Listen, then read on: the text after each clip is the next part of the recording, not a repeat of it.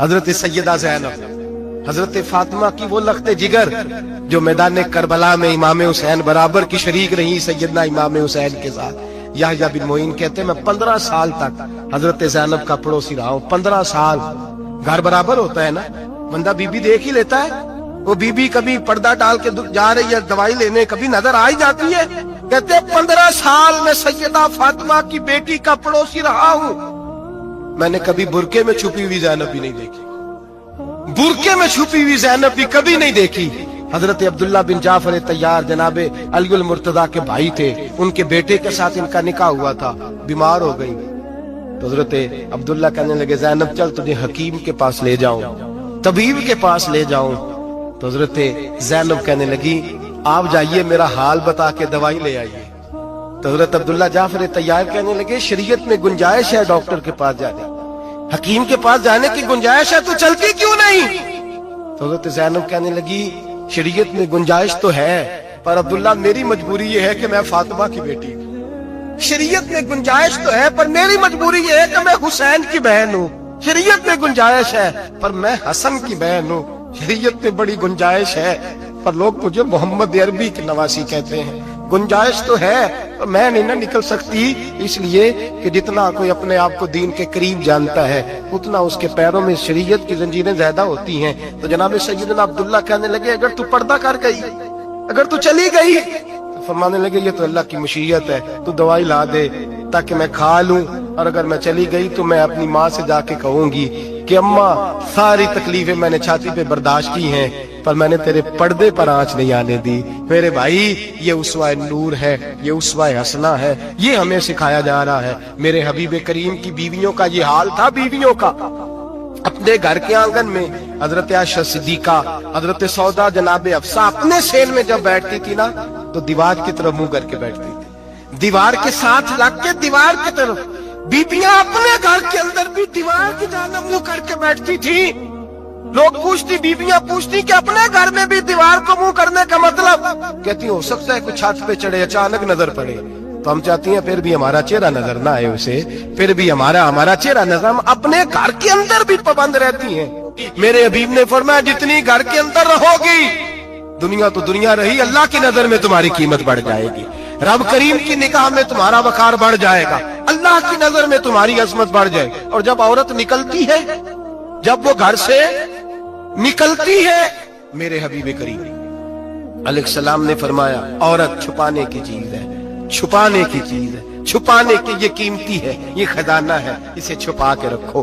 فرمایا جب یہ گھر سے نکلتی ہے، فرمایا اور کوئی دیکھے نہ دیکھے شیطان اسے دیکھتا ہے۔ میرے حبیب کریم سید عالم نور مجسم شفیع معظم صلی اللہ علیہ وسلم نے فرمایا زنا صرف شرمگاہ کا نہیں ہوتا، حضور نے فرمایا آنکھیں بھی زانی ہوتی ہیں، کان بھی زانی ہوتے ہیں، زبان بھی زانی ہوتی ہے۔ بخاری مسلم دونوں میں موجود ہے۔ صحابہ نے عرض کی حضور زبان کیسے زانی ہوتی ہے؟ فرمایا جو نماز کے باوجود گند بولتا ہے، غلیظ گفتگو کرتا ہے وہ زبان کا زانی ہے، اور فرمایا جو روز گند دیکھتا ہے وہ جتنی مرضی تہجدیں پڑھے وہ آنکھ کا زانی ہے، اور جو گندی باتوں میں لذت محسوس کر کے سنتا ہے وہ جتنا مرضی روز اٹھ کے مسجد میں جھاڑو دے وہ کانوں کا زانی ہے۔ میرے نبی نے فرمایا آنکھ کا زنا بھی چھوڑ دو، کان کا زنا بھی، بولیے کان کا زنا بھی، زبان کا زنا بھی۔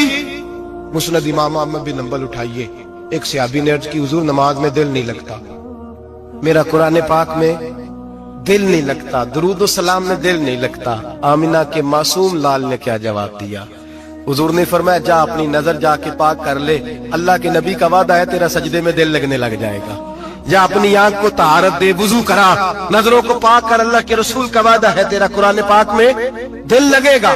جا کے اپنی نظر کو پاک کر، وعدہ ہے تیری زبان پہ درود و سلام جاری ہو جائے گا، اللہ کا ذکر جاری ہو جائے گا۔ میرے بھائیوں، عورت کا پردہ، عورت کا حجاب دین میں اسی طرح فرض ہے جس طرح نماز فرض، جس طرح روزہ فرض ہے، جس طرح زکوٰۃ فرض ہے، اسی طرح عورت کا پردہ بھی فرض ہے۔ اگر کسی گھر میں عورت پردہ نہیں کرتی اس گھر کے مکین سارے اللہ کے حضور جواب دے ہیں۔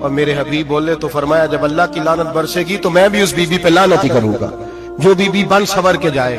اور آگے سن لیں، میرے حبیب نے فرمایا اگر اس کا خامد راضی ہو، اس کے بن سور کے بازار جانے پہ آپ ناراض ہو جائیں، اللہ کرے اس بات پہ ہو ہی جائیں، اور اللہ کرے بدل جائے نظام، جو خامد خود میک اپ کرا کے تیار کرا کے پارٹی میں لے کر کے جائے، جو سامنے والی فرنٹ سیٹ پہ خود بغیر نقاب کے اس کو بٹھائے، جو موٹر سائیکل کی پشت پہ خود تیار کرا کے بٹھائے، اور جو خود کہے تو چلی جانا، جا تو شادی بھی تو دیکھا، بلا کام بھی تو کارا، میں آزاد ہوں۔ میرے حبیب نے فرمایا جس کی بیوی بن سور کے جائے، جس کی بیوی میک اپ کر کے جائے، چیلم پہ بھی بیوٹی پارلر سے ہو کے جاتی ہے، جس کی بیوی بن سور کے نکلے وہ راضی ہو، وہ خوش ہو۔ بعد ایسے منع کرتے ہیں، ناراض ہوتے ہیں، وہ گناہ صرف عورت کے ذمے ہے، لیکن اگر عورت بن سور کے نکل رہی ہے اور خامد راضی ہے، وہ کہتا ہے ہاں ہاں ہم ماڈرن ہیں، ہم جدید دور کے ہیں، ہاں جدت اسی کا نام ہے، ہاں تو لوگوں کو پتہ کیسے چلے گا ہمارے پاس پیسے ہیں، کیسے پتہ چلے گا کہ 3 گاڑیاں ایک ابا جی کے پاس ہے، ایک بیٹی کے پاس ہے، ایک بیوی کے پاس ہے، کیسے پتہ چلے گا کہ ہم بہت تعلقات والے، ابا جی فلاں شادی پہ، بیٹی فلاں گھر میں، اور بیوی فلاں گھر چلی گئی، ہمارے تعلقات زیادہ ہے اس لیے ہمیں زیادہ جانا پڑتا ہے۔ میرے حبیب کریم علیہ السلام نے فرمایا عورت بن سور کے جائے، خامد راضی ہو، وہ جتنے قدم اٹھائے گی اتنے ہی اپنے خامد کے لیے جہنم میں مکان تعمیر کرے گی۔ فرمایا اس کے خامد کے لیے اتنے مکان دوزخ میں تیار ہو گئے، وہ چلایا جائے گا، وہ تپایا جائے گا، وہ جہنم کی آگ کا ایندھن بنے گا۔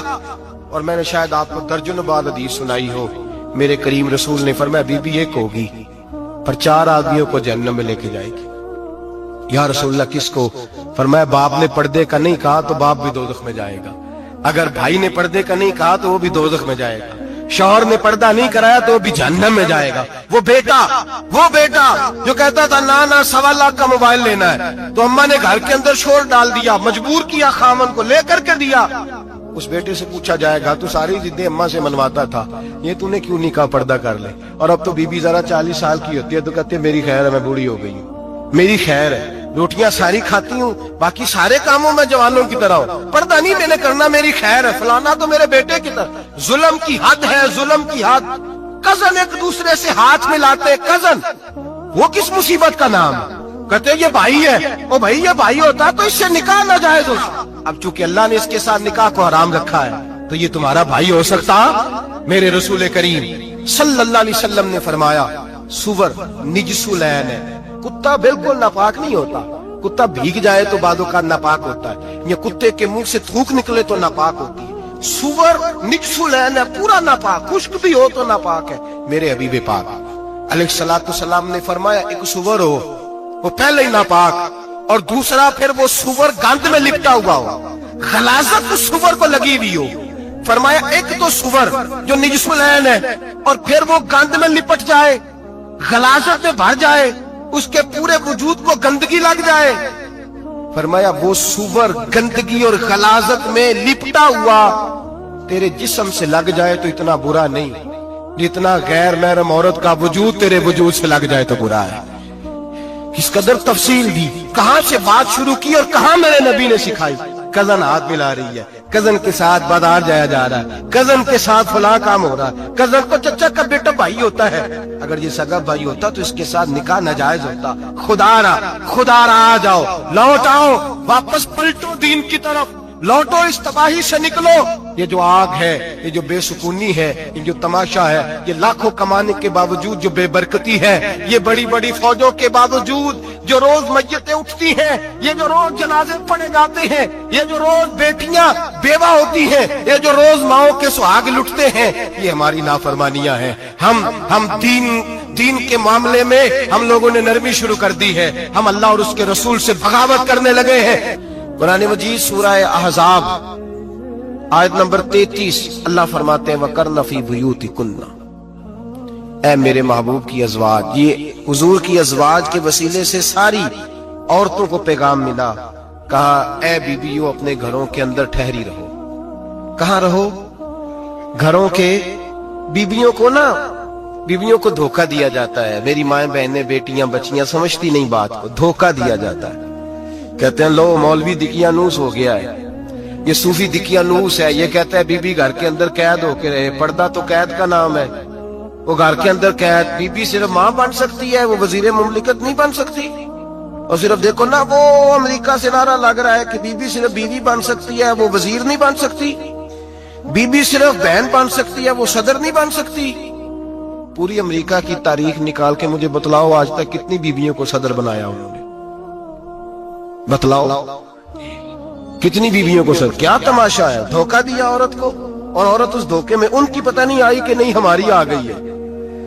عورت وزیر نہیں بن سکتی. بتاؤ اس وقت جو امریکہ کی کابینہ ہے اس میں کتنی عورتیں وزیر ہیں. اس وقت جو لندن کی کابینہ اس کی ٹونی بلیئر وزیر اعظم گزرا ہے برطانیہ کا, اس کی بیوی کی سگی بہن کلمہ پڑھ گئی. سگی بہن کلمہ پڑھ گئی. اس سے بیویوں نے پوچھا تو کلمہ پڑھ کیوں کلمہ پڑھ گئی ہے, کیا چیز پسند آئی ہے تجھے اسلام میں؟ تو کہنے لگی جو پردہ مسلمانوں کے نبی نے اپنی ماننے والی عورتوں کو دیا ہے وہ پردہ بتا گیا ہے کہ اگر عورت کی کوئی عزت ہے تو بی بی فاطمہ کے بتائے ہوئے پردے میں ہے.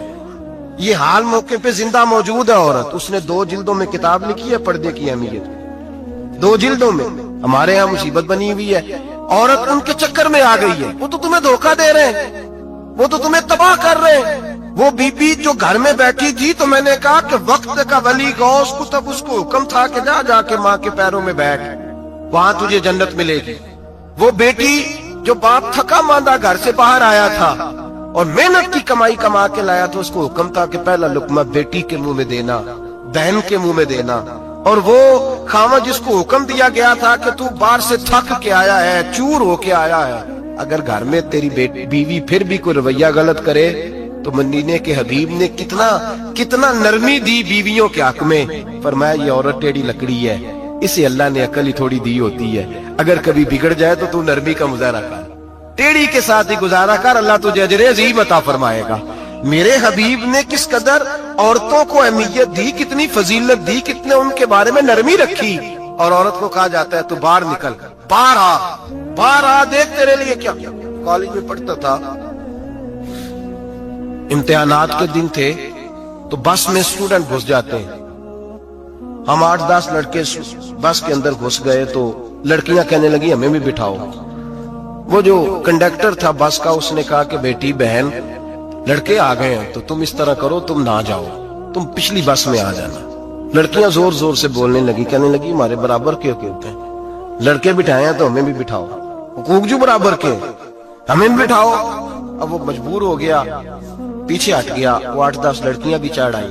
لڑکے سیٹوں میں بیٹھے ہوئے تو کہنے لگے اٹھو, شرم نہیں آتی, لیڈیز کو عزت دو, جگہ دو. ایک نوجوان بیچ میں سے بولا, کہنے لگا تمہارے برابر کے حقوق ہے, ہم کھڑے ہو کے جا سکتی ہیں, تم نہیں جا سکتی. برابر کے حقوق ہیں تو جبر بھی برابر کا برداشت کرو.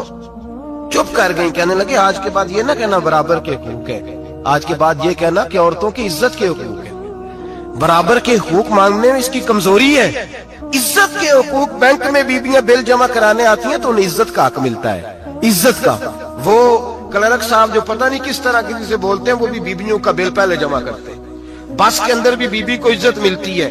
ایک سمجھدار آدمی, بزرگ آدمی, پڑھا لکھا آدمی بیٹھا ہے بس پہ تو بیوی چڑھی ہے تو عزت کا حق ہے. اٹھ گیا, کہنے لگا اپا جی بہن جی آپ یہاں آ جائیں. بیوی عزت کا حق مانگے گی تو بچے گی, برابر کا حق مانگے گی تو ٹھیک ہے لائن میں لگ جائے, جہاں سارے کھڑے ہیں وہ بھی کھڑی رہے. اگر بس میں مرد کھڑا ہے تو عورت بھی کھڑی رہے. برابر کے حقوق مانگنے میں عورت کو نقصان ہے, برابر کے حقوق مانگنے میں عورت کے لیے تکلیف ہے, عورت کے لیے نقصان ہے. ہاں اگر عزت کا حق مانگے گی تو پھر اس کو اللہ وقار عطا فرمائے گا, پھر اللہ اس کو بلندی عطا فرمائے گا. میرے حبیب کریم سید عالم صلی اللہ تعالی علیہ وسلم نے عورت کو جو حق دیا وہ عزت والا حق دیا ہے. عورت کو جو حضور نے حقوق دیے وہ وقار والے. ایک بات مجھے بتلائیے, ایک B B M S C اس نے پاس کر لیا, ایم کام کر لیا, ایم اے کے بعد ایم بی اے کر لیا, بڑی تعلیم حاصل کی, وہ ایئر ہوسٹ بن گئی. یوں سمجھ لیں 1 لاکھ روپیہ ماہانہ اس کی تنخواہ ہے. وہ گھر سے نکلتی ہے, وہ کہتی ہے میں جہاز کے اندر ایئر ہوسٹ ہوں. وہ کہتی ہے میں تو اتنے پیسے کماتی ہوں, مجھے خامن کی کیا عادت ہے. اب 2 عورتیں ہو گئی. ایک بی بی گھر میں رہتی ہے, اس کا خامن تھکا رہا ہے, اس کا بیٹا اسکول سے آیا ہے, خامن کام سے آیا ہے, چھوٹا بیٹا انتظار کر رہا تھا کہ سارے آئیں گے تو کھانا کھائیں گے. اب وہ خامن آیا تو اس نے آتے کا منہ اور دولے میں کھانا چنتی ہوں, دسترخوان بچھایا, اس نے کھانا رکھا ہے.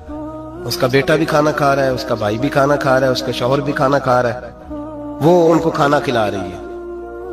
اب کسی موقع پر اس کا بیٹا بولتا ہے, کہتا اماں فلاں چیز بھی چاہیے. اماں ڈانٹ دیتی, کہتی چپ کر, مل جائے گی. خاوند کہتا ہے فلاں چیز کیوں نہیں پکی؟ تو کہتی ہے جناب کیا بتاؤں آپ کو, گیس ہی نہیں ہے صبح کی. کبھی وہ کہتی ہے آپ چلے جاتے, آپ کو یہ تو فکر ہی نہیں ہوتی کہ فلاں مسالہ کوئی نہیں تھا. خاوند اس کی بات سن رہا ہے. ادھر وہ ایئر ہوسٹ ہے, وہ بھی کھانا بانٹ رہی ہے, اپنی مرضی کا لباس نہیں پہن سکتی.